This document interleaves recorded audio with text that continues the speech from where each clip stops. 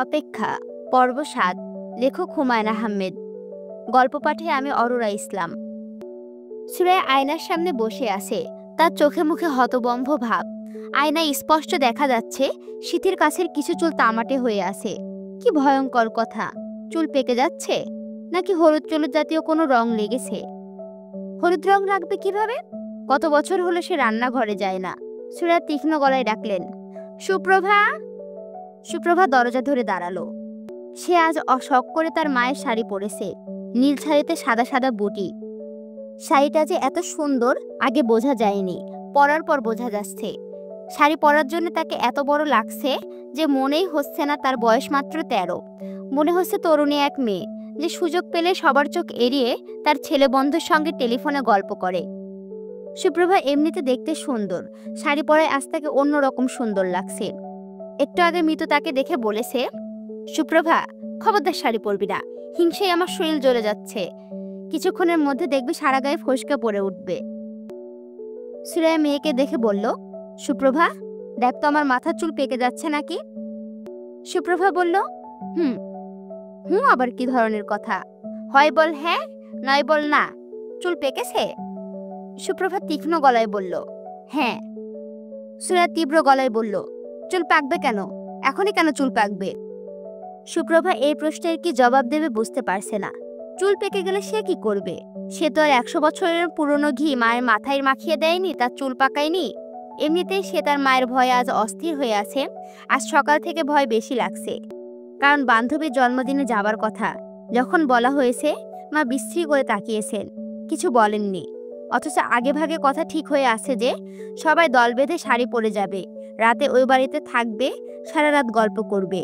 তাদের বাড়িতে laser disc player আছে, সেই লেজার ডিস্কে ছবি দেখা হবে। যে ছবি দেখা হবে সেই ছবিও এখানে আনা হয়েছে, সাউন্ড অফ মিউজিক। শাড়ি পরেছিস কেন? সুপ্রভা খুবই অবাক হলো। সে মাকে জানিয়ে শাড়ি পরেছে, আলমারি থেকে মা নিজেই শাড়ি বের করে দিয়েছেন। এখন হঠাৎ এই কথা কেন? শাড়ি পরার এইসব ঢং কোথা থেকে শিখলি? তুই কোথায় আসিস তুই জানিস না? পরের বাড়িতে দাসীর মতো পরে আসিস, রং করতে লজ্জা করে না বেহায়া মেয়ে? সুরাইয়া দম নেবার জন্য থামলেন। সুপ্রভা ভাবল এই ফাঁকে সে সরে যাবে, তবে এই কাজটা করাও ঠিক হবে না। সবচেয়ে ভালো হয় সে যদি মাকে রাগ ঝাড়ার পুরোপুরি সুযোগটা দেয়। ঢঙের মেয়ে, ঢং তো ১৬ আনা, ওপর ২ আনা ১৮ আনা শিখেছিস। যার শেখার তা তো শিখিস না। অঙ্কে পেয়েছিস ১১। এমন কোনো মেয়ে আছে যে অঙ্কে ১১ পায়? বলতো আছে কোনো মেয়ে? দে, কথার জবাব দে। চুপ করে থাকলে জিভ টেনে ছিঁড়ে ফেলবো। সুপ্রভা মনে মনে মায়ের কথার জবাব দিল, এই কাজটা সে ভালো পারে। মা যখন প্রশ্ন করতে থাকেন তখন সে শান্ত ভঙ্গিতে দাঁড়িয়ে থাকে ঠিকই, তবে মনে মনে প্রতিটা প্রশ্নের জবাব দেয়। যে কোনো প্রশ্ন মা ৩ বার ৪ বার করে করেন, মার একই প্রশ্নের জবাব সুপ্রভা ভিন্ন ভিন্ন ভাবে দেয়। তার বেশ মজা লাগে।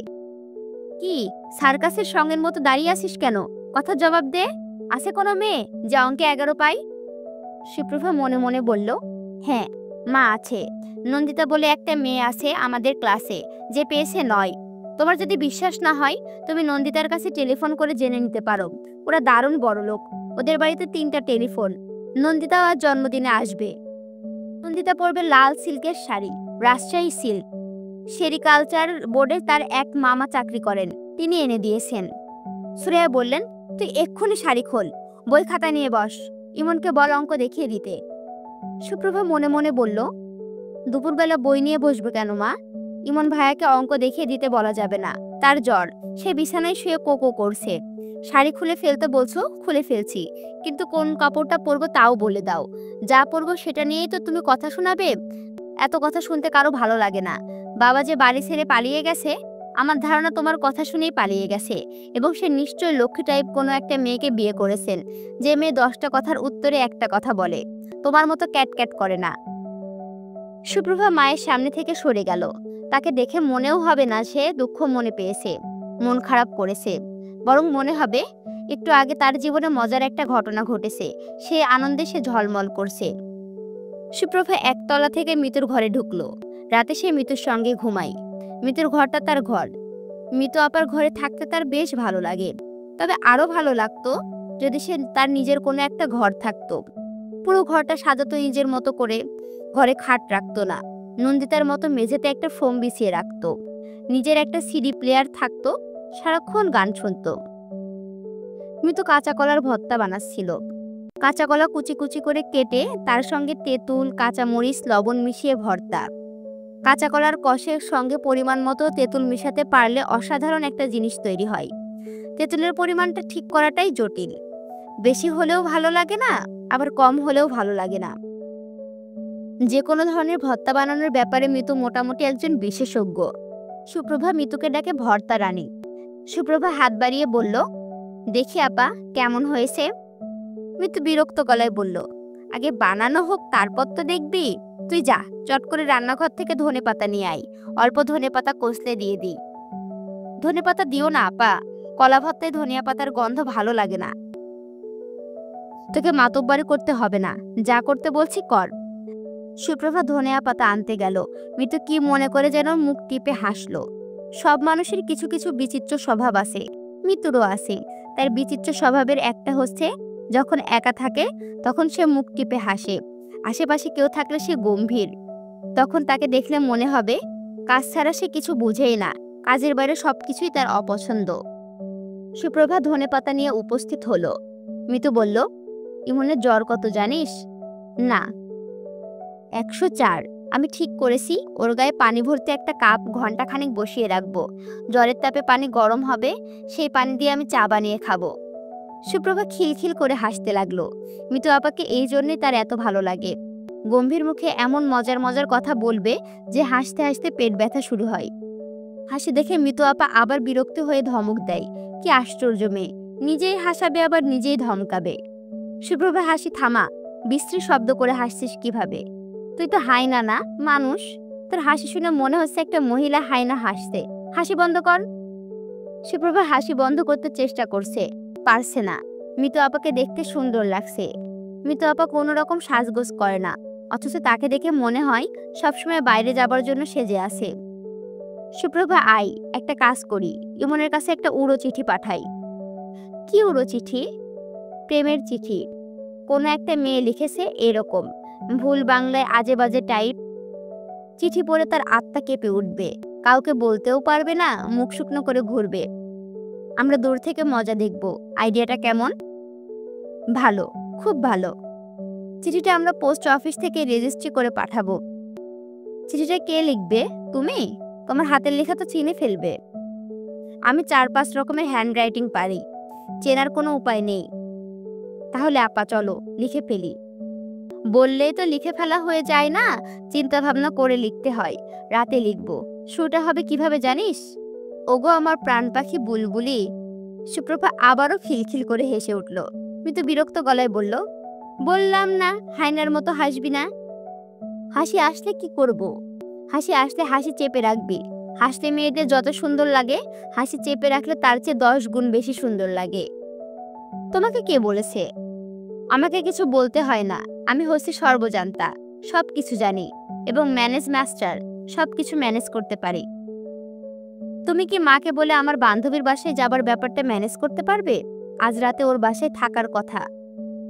অবশ্যই ম্যানেজ করতে পারবো, আমার কাছে এটা কোনো ব্যাপারই না।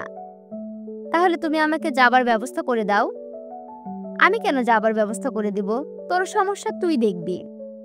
সুপ্রভা মন খারাপ গলায় বলল, আপা আমার মাঝে মাঝে মনে হয় তুমি খুব কঠিন হৃদয়ের মহিলা। মিতু সহজ গলায় বলল, ভুল বললি, আমি কঠিন হৃদয়ের মেয়ে। এটা মাঝে মাঝে মনে হবার ব্যাপার না, সবসময় মনে হবার ব্যাপার। মিতু উঠে দাঁড়ালো। মিতুর সঙ্গে সঙ্গে সুপ্রভা উঠে দাঁড়ালো। মিতু বিরক্ত গলায় বলল, তুই ছায়ার মতো সারাক্ষণ আমার সঙ্গে সঙ্গে থাকিস না তো, বিরক্ত লাগে। তুমি যাচ্ছ কোথায়? ছাদ পিচ্ছিল হয়ে আছে আপা, ছাদে যেও না, রেলিং নেই ছাদে, ধপাস করে পড়বে। পড়ি যদি সেটা আমার সমস্যা, তোর সমস্যা না। মিতু ছাদের দিকে যাচ্ছে। যাবার আগে সে ফুপুর সঙ্গে 2-1টা কথা বলে যাবে বলে ঠিক করলো। শক্ত কিছু কথা। এই মহিলাকে তার ইদানিং অসহ্য বোধ হচ্ছে। মুশকিল হচ্ছে, আগ বাড়িয়ে কঠিন কথা শুরু করা যায় না। ফুপু তার সঙ্গে কখনো কঠিন কিছু বলেন না, বললে সুবিধা হতো, কোমর বেঁধে ঝগড়া করা যেত। সুরাইয়া মিতুকে দেখে সহজ গলায় বলল, কি ব্যাপার মিতু? মিতু বলল, কলা ভর্তা বানিয়েছি, খাবে? না। খেয়ে দেখো না, ভালো হয়েছে। ইচ্ছে করছে না। তো ইউনিভার্সিটি কেমন লাগছে? ভালোই লাগছে না, মন্দও লাগছে না, সমান সমান লাগছে। আশ্চর্য, ওই দিন দেখছি লাল হাফ প্যান্ট পরে ঘুরে বেড়াচ্ছিস, আজ একেবারে ইউনিভার্সিটি। লাল হাফ প্যান্ট? হ্যাঁ, লাল হাফ প্যান্ট। আমার সব পরিষ্কার মনে আছে। আমাকে দেখে জিভ বের করে ভেংচি কাটলি। তোমার পুরনো দিনের কথা খুব মনে থাকে, তাই না ফুপু? হ্যাঁ, মনে থাকে। ফুপু, তোমাকে একটা কথা বলার জন্য এসেছি। আমি কাউকে তো কখনো কোনো অনুরোধ করি না, তোমাকে করছি। কি অনুরোধ? সুপ্রভার এক বান্ধবীর জন্মদিন। সুপ্রভার খুব ইচ্ছে জন্মদিনে যাই, ওকে যেতে দাও। যেতে চাইলে যাবে, যেতে না দেওয়ার কি আছে? রাতটা ওই বাড়িতে থাকবে, বান্ধবীরা মিলে হইচই গল্প গুজব করবে, সকালে চলে আসবে।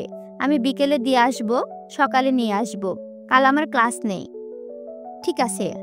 ফুপু, কলা ভাতটা একটু খেয়ে দেখো না, ভালো লাগবে। একটু মুখে দিলে আরও খেতে চাইবে। শ্রেয়া খানিকটা কলা ভাতটা হাতে নিল, তবে মুখে দিলেন না। মিতু চলে গেল ছাদে। সুপ্রভার অনুমতি এত সহজে আদায় করা যাবে সে ভাবেনি। তার ধারণা ছিল অনেক যুক্তি টুক্তি দাঁড় করাতে হবে। আজ মনে হয় ফুপুর মনটা কোনো কারণে ভালো আছে। ছাদে এখনো রেলিং হয়নি। প্রতি বছর জামিলুর রহমান একবার করে বলেন, এই শীতে রেলিং দিয়ে দেব। খোলা ছাদ কখন কি হয়, শীত চলে যায়, রেলিং দেওয়া হয় না। বর্ষার পানিতে শ্যাওলা পড়ে ছাদ পিচ্ছিল হয়ে আসে। বুড়ো আঙুল টিপে টিপে হাঁটতে হয়। যে কোনো মুহূর্তে ছাদ থেকে মাটিতে নেমে আসার সম্ভাবনা মাথায় নিয়ে হাঁটতে মিতুর অদ্ভুত ভালো লাগে। এটা এক ধরনের পাগলামি মতোই বটে। মিতুর ধারণা সব মানুষের মধ্যেই কিছু কিছু পাগলামি আছে, তার মধ্যেও আছে। এটা নিয়ে মাথা ঘামানোর কিছু নেই। তার পাগলামি ক্ষতিকারক পাগলামি না। আজ সে ছাদে হাঁটাহাঁটি করল না, চিলেকোঠায় চলে গেল। জামিলুর রহমান সাহেব সিঁড়ির পাশে একটা ঘর বানিয়েছিলেন বাড়ির চাকর বাকরদের থাকার জন্য।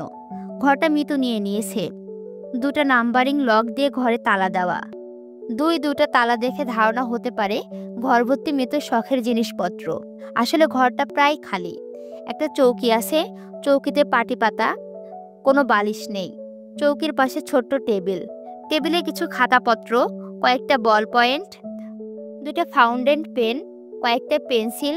টেবিলের সঙ্গে কোনো চেয়ার নেই, কারণ চেয়ার বসানোর জায়গা নেই। কিন্তু চৌকিতেই বসে গুটি গুটি করে খাতায় কী সব লেখে। তবে বেশিরভাগ সময় দরজা বন্ধ করে চৌকিতে শুয়ে থাকে। মাথার কাছে ছোট জানালা দিয়ে হু হু করে হাওয়া খেলে। জানালা দিয়ে আকাশ দেখা যায়, মনে হয় বাতাসটা আকাশ থেকে সরাসরি আসছে। মিতু দরজা বন্ধ করে ইমনকে উড়ো চিঠি লিখতে বসলো। রুল টানা কাগজে লিখলে ভালো হতো। এখানে রুল টানা কাগজ নেই, কিছু আনিয়ে রাখতে হবে। মিতুর চিঠিটা হলো এইরকম। হে আমার প্রাণসখা বুলবুল, জানগো, তোমাকে আমি প্রত্যহ কলেজে যাইতে দেখি এবং বড় ভালো লাগে। I love you very very much, too much, so many love. তোমার সঙ্গে কবে আমার পরিচয় হইবে? আমি বড়ই নিঃসঙ্গ। এখানে নতুন আসিয়াছি, কারোর সঙ্গে পরিচয় হয় নাই। আগে যেখানে ছিলাম সেখানে দুইটা অফার ছিল, তবে আমার পছন্দনীয় নহে। আমি দেখতে মোটামুটি সুন্দরী, তবে একটু শর্ট। হাই হিল পরলে বোঝা যায় না। সবাই বলে আমার চোখ খুবই সুন্দর। তুমি যেই দিন বলবে সেই দিন আমার জীবন ধন্য হইবে। জানগো, তুমি রাস্তা দিয়ে হাঁটার সময় কুঁজো হয়ে হাঁটো কেন? আমার বান্ধবীরা তোমাকে নিয়ে হাসাহাসি করে। তাহারা তোমাকে দেখিয়া আমাকে বলে, ওই দেখ তোর কুঁজো বর যাচ্ছে। ঠাট্টা করিয়া বর বলে, তবে ইনশাল্লাহ একদিন তুমি নিশ্চয়ই আমার বর হইবে, ইহা আমার বিশ্বাস। I love love love you you you many 100 kiss. এবার 50+30। আসলে চিঠিটার নিচে এভাবে লেখা আছে, ইংরেজি অ্যালফাবেট বি, তার পাশে লেখা আছে দয়া কারণ দুস্তা দাই, মানে বিদায়। আর তার নিচে লেখা আছে ইয়োর ওয়াইফ, নামের জায়গায় শুধুমাত্র এ অ্যালফাবেট দেওয়া আছে। চিঠি শেষ করে মিতু অনেকক্ষণ খিলখিল করে হাসল না। এই কাগজে চিঠি লিখলে হবে না, রুল টানা কাগজ আনতে হবে এবং আরও কাঁচা হাতে লিখতে হবে। চিঠি হাতে পেয়ে ইমনের মুখের ভাব কীরকম হবে কল্পনা করতেই ভালো লাগছে। আজকে যদি চিঠিটা দেওয়া যেত ভালো হতো। রেজিস্ট্রি করে পাঠালে চিঠি আসতে আসতে 7 দিনের মতো সময় লাগবে। 7 দিন ধৈর্য ধরে অপেক্ষা করতে হবে, উপায় নেই। সুপ্রভা শাড়ি বদলেছে। এখন তাকে বাচ্চা একটা মেয়ে বলে মনে হচ্ছে। এখন মনে হচ্ছে শাড়ি না পরলে তাকে ভালো দেখায়। সুরায়া বিছানায় আধশোয়া হয়ে খবরের কাগজ পড়ছিলেন। মেয়েকে দেখে কাগজ নামিয়ে বললেন, সুপ্রভা, কাছে আয়। সুপ্রভা মার কাছে গেল। সে কিঞ্চিত আতঙ্কিত, যদিও আতঙ্কিত হওয়ার মতো কিছু করেনি। শাড়ি খুলে ফেলতে বলা হয়েছে, সে তা করেছে। অঙ্ক নিয়ে বসা হয়নি। যার কাছে সে বসবে সে জ্বরে আধমরা হয়ে আছে, কাজে তার পক্ষে যুক্তি কিছু আছে। বিকেলে তোর বন্ধুর বাড়িতে দাওয়াত? রাতে হুল্লোড় করার জন্য থেকে যাবার কথা? তুই যেতে চাচ্ছিস? সুপারিশের জন্য মৃতকে পীর ধরেছিস? হুল্লোড় করতে লজ্জা লাগে না? সুপ্রভা মনে মনে বলল, মোটেই লজ্জা লাগে না, বরং ভালো লাগে। ইচ্ছে করে সারাদিন হুল্লোড় করি। বাসা থেকে যদি বের হোস আমি তো ঠ্যাং ভেঙে দেব, বদমেয়ে কোথাকার। কত বড় সাহস, পীর ধরেছে, পীরকে দিয়ে আবার সুপারিশ করাই। আজ থেকে রাতে তুই আমার সঙ্গে ঘুমাবি। না, তোমার সঙ্গে ঘুমাবো না বলে সুপ্রভা চমকে উঠল। তার ধারণা ছিল কথাগুলি সে মনে মনে বলছে। এখন দেখা যাচ্ছে মনে মনে বলেনি, শব্দ করেই বলেছে। পেন্সিলে আঁকা ছবি পছন্দ না হলে রাবার দিয়ে ঘষে তুলে ফেলা যায়। অপছন্দের কথা মুছে ফেলার কোনো ব্যবস্থা নেই। থাকলে সুপ্রভার জন্য খুব ভালো হতো। সুরাইয়া বিছানা থেকে নেমে মেয়ের চুলের মুঠি ধরলেন, তারপরে দেওয়ালে মাথা ঠুকিয়ে দিলেন। তীব্র যন্ত্রণায় সুপ্রভা কিছুক্ষণের জন্য চোখে অন্ধকার দেখল। তার কপালের চামড়া কেটে গেছে, গল গল করে রক্ত পড়ছে। সুরাইয়া মেয়েকে ছেড়ে দিলেন। তিনি রক্ত সহ্য করতে পারেন না। সুপ্রভা হাত দিয়ে কপাল চেপে ধরে ঘর থেকে বের হয়ে গেল। জামিলুর রহমান একতলার বারান্দায় চিন্তিত মুখে হাঁটাহাঁটি করছেন। সম্প্রতি তিনি ট্রান্সপোর্টের ব্যবসা শুরু করেছেন। তার কাছে খবর এসেছে তার একটা ট্রাক দাউদকান্দির কাছে এক মহিলাকে ধাক্কা দিয়ে মেরে ফেলেছে। ট্রাকের ড্রাইভার পলাতক। পুলিশ ট্রাক জব্দ করে থানায় নিয়ে গেছে। ট্রাক উদ্ধারের ব্যবস্থা করতে হবে, মামলা মোকদ্দমায় টাকা যাবে, নানান ঝামেলা। ট্রান্সপোর্টের ব্যবসায় তার আশাটা খুব অনুচিত হয়েছে। বয়স হয়েছে, ব্যবসাপাতে এখন গুটিয়ে আনার সময়, তা না করে তিনি শুধু বাড়িয়েই চলেছেন। সুপ্রভাকে দেখে তিনি অবাক হয়ে বললেন, কি হয়েছে রে? সুপ্রভা বলল, পড়ে গিয়ে ব্যথা পেয়েছি, মনে হয় কপাল ফেটে গেছে। সারাদিন আসিস দৌড়ের ওপরে, ব্যথা তো পাবেই। দেখি হাত নামা, কপালের অবস্থা দেখি। সুপ্রভা হাত নামালো। জামিলুর রহমান আটকে উঠলেন, গম্ভীর গলায় বললেন, আয় আমার সঙ্গে ডাক্তারের কাছে নিয়ে যাই। সুপ্রভা বাধ্য মেয়ের মতো বড় মামার পেছনে পেছনে রওনা হলো। জামিলুর রহমান সুপ্রভাকে পছন্দ করেন। শুধু পছন্দ না, বাড়াবাড়ি ধরনের পছন্দ করেন। তিনি তার এই পছন্দের ব্যাপারটা সযত্নে গোপন রাখেন। সুপ্রভার সঙ্গে দেখা হলে ধমকের সুরে কথা বলার চেষ্টা করেন, ভুরু কুঁচকে তাকান। তারপরেও মনে হয় হৃদয়ের গোপন ভালোবাসার ব্যাপারটা ঠিক গোপন রাখতে পারেন না। খুব হাস্যকরভাবে মাঝে মাঝে তা প্রকাশ পড়ে যায়। তিনি তাতে অত্যন্ত অপ্রস্তুত বোধ করেন। প্রভাও তার রসকসীন কাঠখোট্টা বড় মামাকে খুবই পছন্দ করেন। যেদিন কোনো কারণে আগে স্কুল ছুটি হয়ে যায়, সে অবধারিতভাবে চলে যায় তার বড় মামার পুরনো পল্টনের অফিসে। জামিলুর রহমান অসম্ভব বিরক্তি হয়ে বলেন, অফিসে কি? তুই অফিসে আসিস কেন? তোকে কতবার নিষেধ করেছি অফিসে আসতে? এক্ষুনি চলে যাব মামা। একা একা মেয়েদের এখানে সেখানে যাওয়া আমার অপছন্দ। তুই এসেছিস কিভাবে, রিকশায় না হেঁটে? হেঁটে।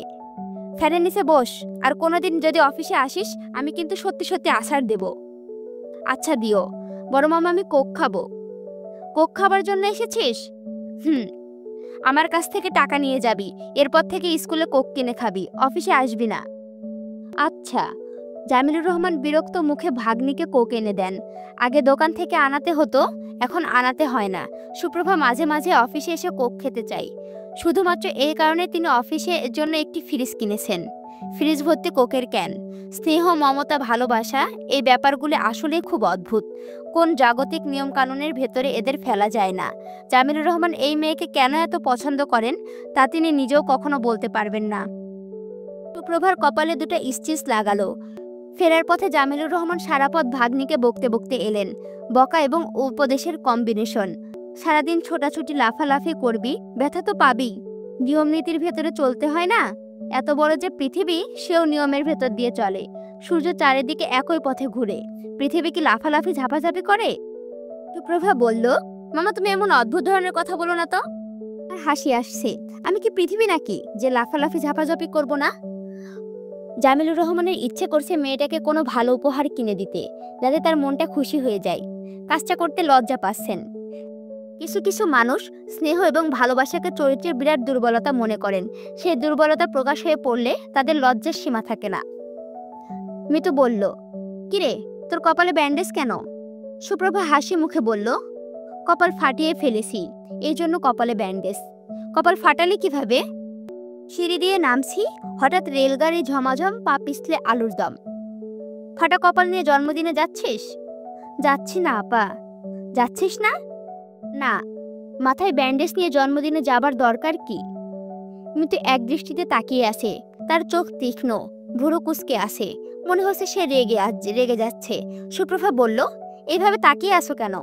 মিতু বলল, সুপ্রভা তুই আমার সঙ্গে মিথ্যা কথা বলবি না, কেউ মিথ্যা কথা বললে আমি সঙ্গে সঙ্গে টের পাই। এখন বল, কপাল কিভাবে ফাটলো? মা ধাক্কা দিয়ে ফেলে দিয়েছে। ধাক্কা দিলেন কেন? বান্ধবীর জন্মদিনে যেতে চাচ্ছিলাম, এই জন্যে। এই কারণে জন্মদিনে যেতে চাচ্ছিস না? কাপড় পর, আমি তোকে দিয়ে আসবো। আপা থাক, আমি এখন যেতে ইচ্ছে করছে না। কোনো কথা না, আমি যেতে বলেছি, তুই যাবি। আপা শোনো, মা পরে বিরাট ঝামেলা করবে।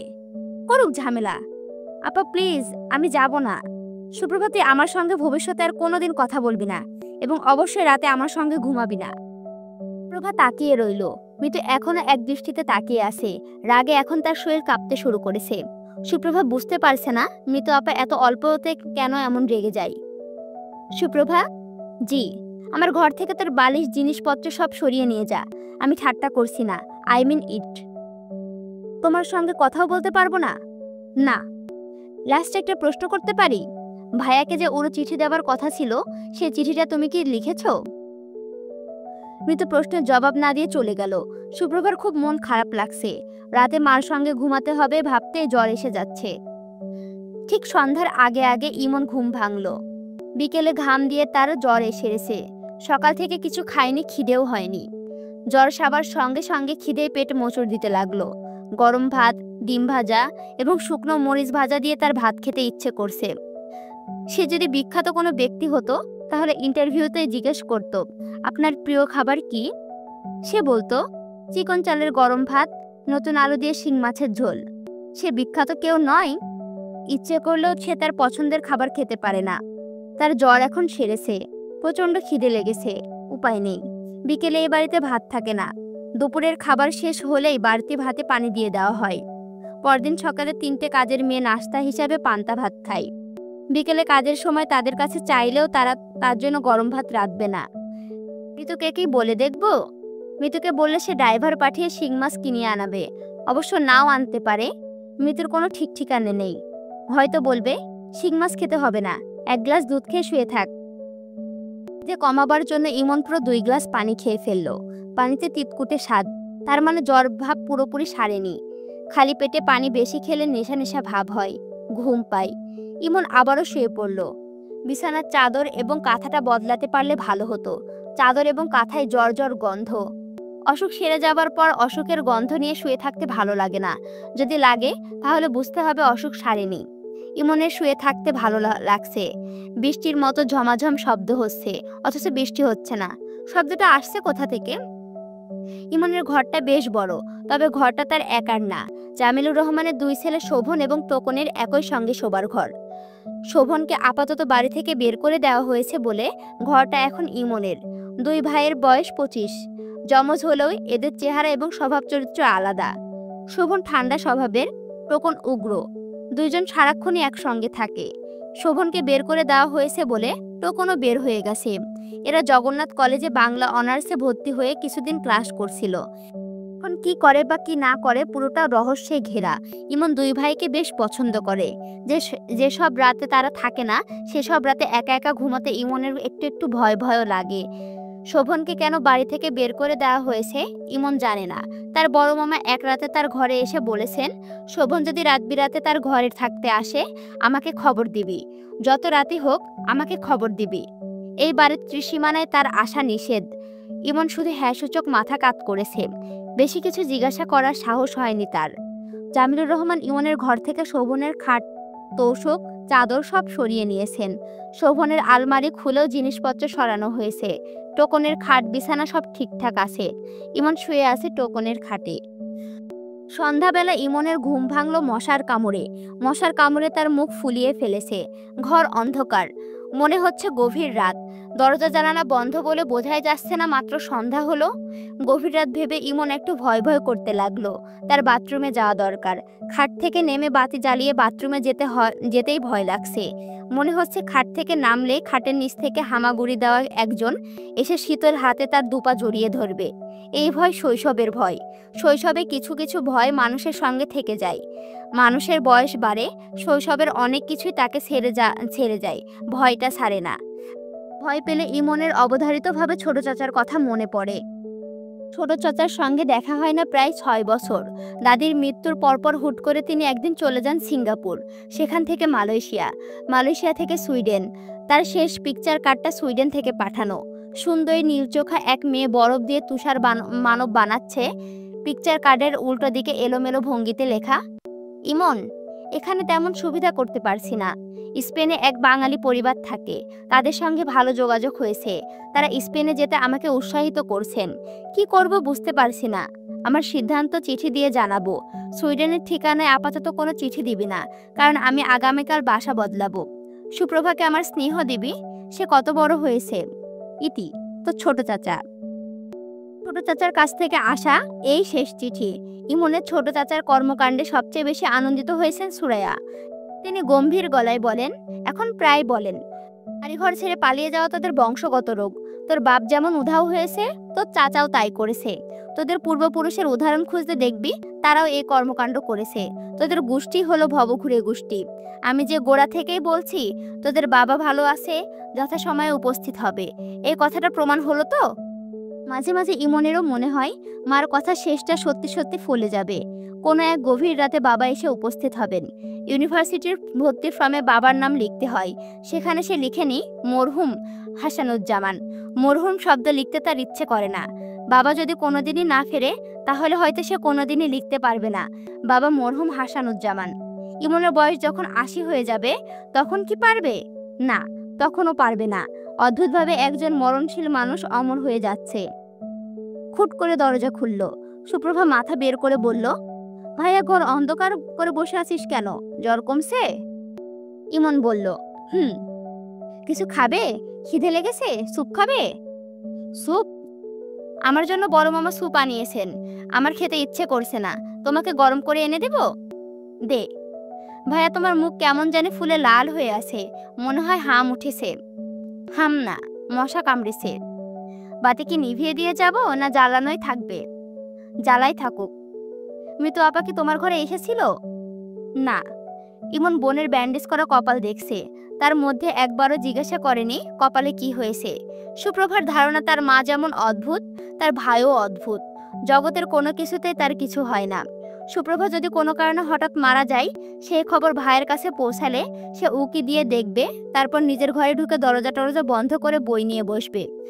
নিজের বেলাতেও যেমন সে উদাসীন, তার নিজের বেলাতেও উদাসীন।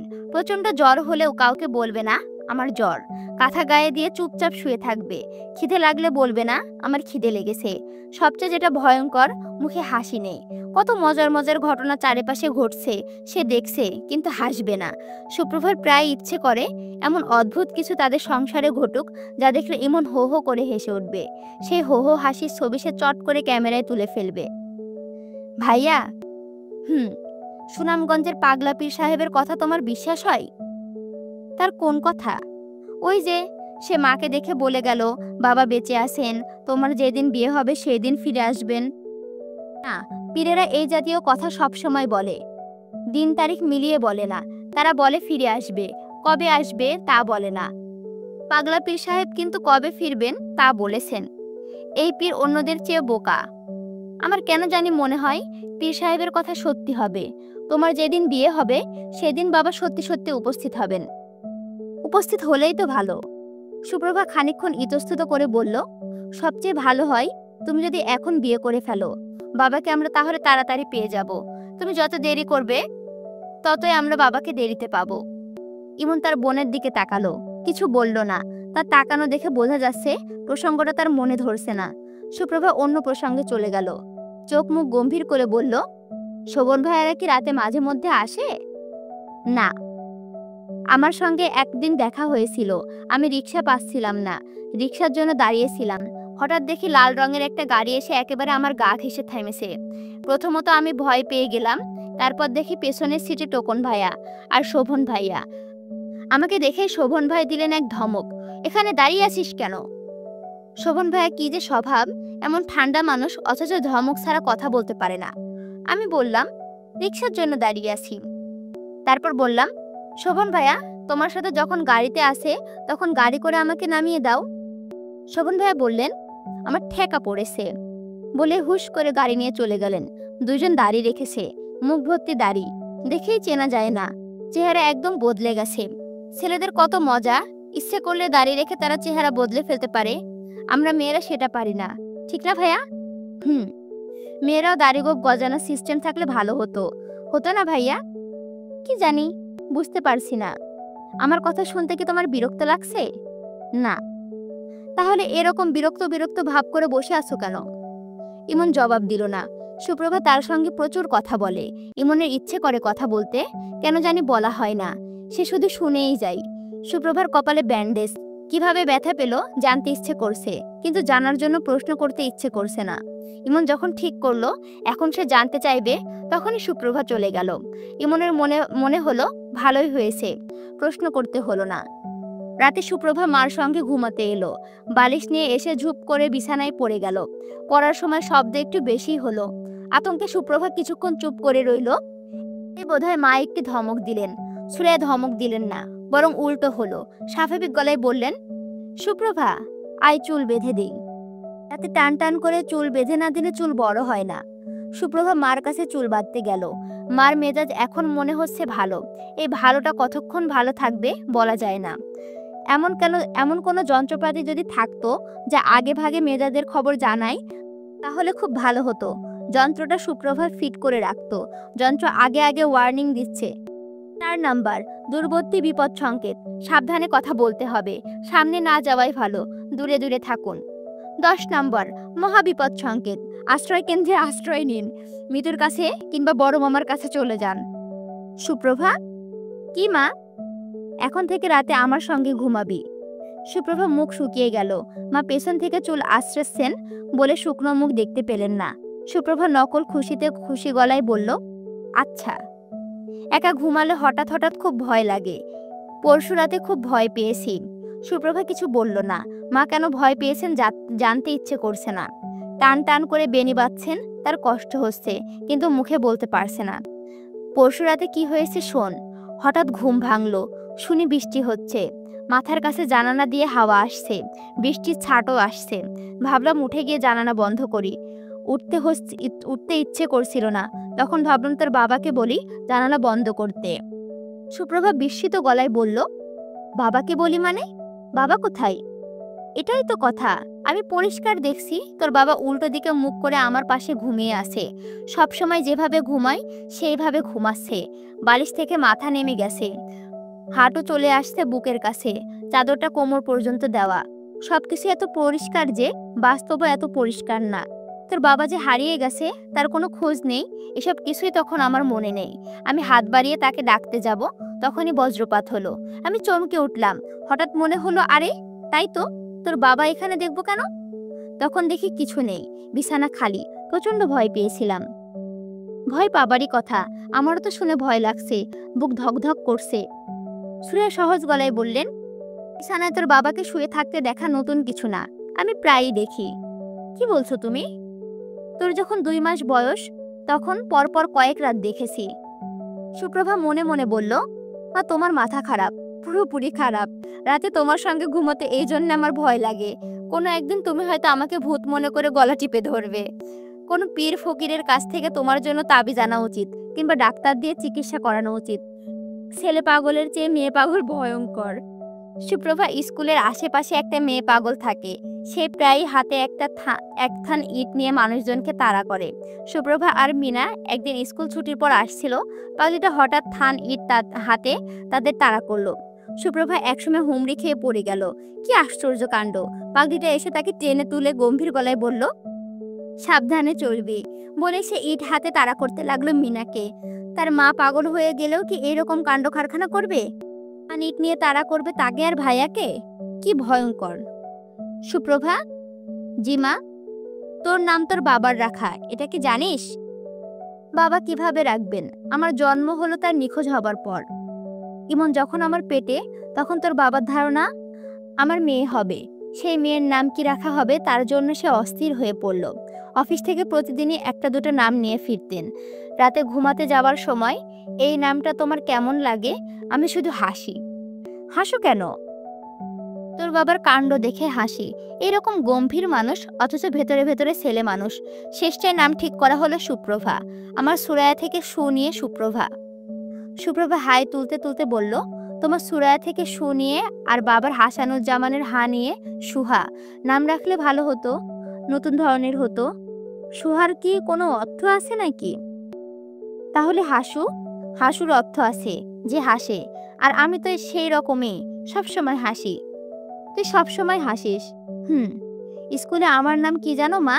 আমার নাম মিস এলজি। এলজি মানে? এলজি হলো লাফিং গ্যাসের সংক্ষেপ। আমাদের ক্লাসের আরেকটা মেয়ে আছে, তার নাম miss H M. H M মানে? এইচ এম মানে? এইচ এম মানে হনুমানমুখী। ওর মুখটা দেখতে হনুমানের মতো। তোরা কি স্কুলে পড়াশোনা বাদ দিয়ে সবসময় ঠাট্টা ফাজলামি করিস? সুরের গলা কেমন জানি কঠিন হয়ে আসছে। কথাবার্তা আর চালানো ঠিক হবে না। বিপদ মাপার যন্ত্রটা একটু পরপর লাল বাতি জ্বলছে। বিপদ মাপার যন্ত্র বলছে, 2 নম্বর সতর্ক সংকেত, ঘুমিয়ে পড়ার ভান করো। সুপ্রভা ঘুমিয়ে পড়ার ভান করলো। ভারী নিঃশ্বাস ফেলা শুরু করলো। ঘুমের ভান সে খুব ভালোভাবে করতে পারে। ঘুমের মধ্যে মানুষ যেমন বিড়বিড় করে কথা বলে, সেও তা পারে। মনে হয় বড় হলে সে খুব নামকরা অভিনেত্রী হবে। দরজা খুটখুট শব্দ। ইমন ঘুমিয়ে পড়ল। খুটখুট শব্দে ঘুম ভাঙল। দরজার ওপাশ থেকে টোকনের গলা শোনা গেল, ইমন, দরজা খোল। রাত 2টো না বাজতেই ঘুমিয়ে পড়লি? পরীক্ষায় ফার্স্ট সেকেন্ড হবি কিভাবে? দরজা খুলল। 2 ভাই হাসি মুখে দাঁড়িয়ে। কাউকে চেনা যাচ্ছে না। মাথার চুল প্রায় কদম ছাট করা। দুজনই দাড়ি রেখেছে, গোঁফ রেখেছে। শোভন বলল, চিনতে পারছিস? আমরাই আমাদের চিনি না, তুই চিনবি কিভাবে? যা ফ্রিজ খুলে দেখ, খাবার টাবার কিছু আছে নাকি। খিদেই জীবন যাচ্ছে। ইমন বলল, রাতে থাকবে। শোভন বলল, এখনো বুঝতে পারছি না। হেভি একটা গোসল দেব। 7 দিন হলো গোসল করিনি। গা থেকে পাঠার গন্ধ আসছে। কাছে আয়, শুকে দেখ। শোভন হাসছে, তার সঙ্গে টোকনও হাসছে। ইমনেরও খুব মজা লাগছে। ইমনের মনে হচ্ছে এই 2 ভাই তো আসলে সুখেই আছে। মনের সুখে ঘুরে বেড়াচ্ছে। যা করতে ইচ্ছে হয় করছে। এই দাড়ি রেখে ফেলছে, এই মাথা কামিয়ে ফেলছে। ঘরবাড়ির সঙ্গে কোনো সম্পর্ক নেই। ফ্রিজে বাসি খাবার যা পড়ে যাবে তাই খাবে। ইচ্ছে হলে ঘুমাবে, ইচ্ছে না হলে রাতেই চলে যাবে। শোভন বাথরুমে ঢুকে পড়েছে। বাথরুমের দরজা খোলা। শাওয়ার ফুল স্পিডে সেরেছে। ঝড়ের মতো শব্দ হচ্ছে। ইমনের দায়িত্ব ফ্রিজ থেকে খাবার আনা। ইমন যাচ্ছে না, কারণ শোভন যখন বাথরুমে গোসল করে তখন ইমন বাথরুমের আশেপাশে থাকতে খুব পছন্দ করে। শোভনের স্বভাব হচ্ছে গায়ে পানি ঢালতে ঢালতে গান গাওয়া। কোনো গানই সে পুরোপুরি জানে না। 2 লাইন 4 লাইনের গান।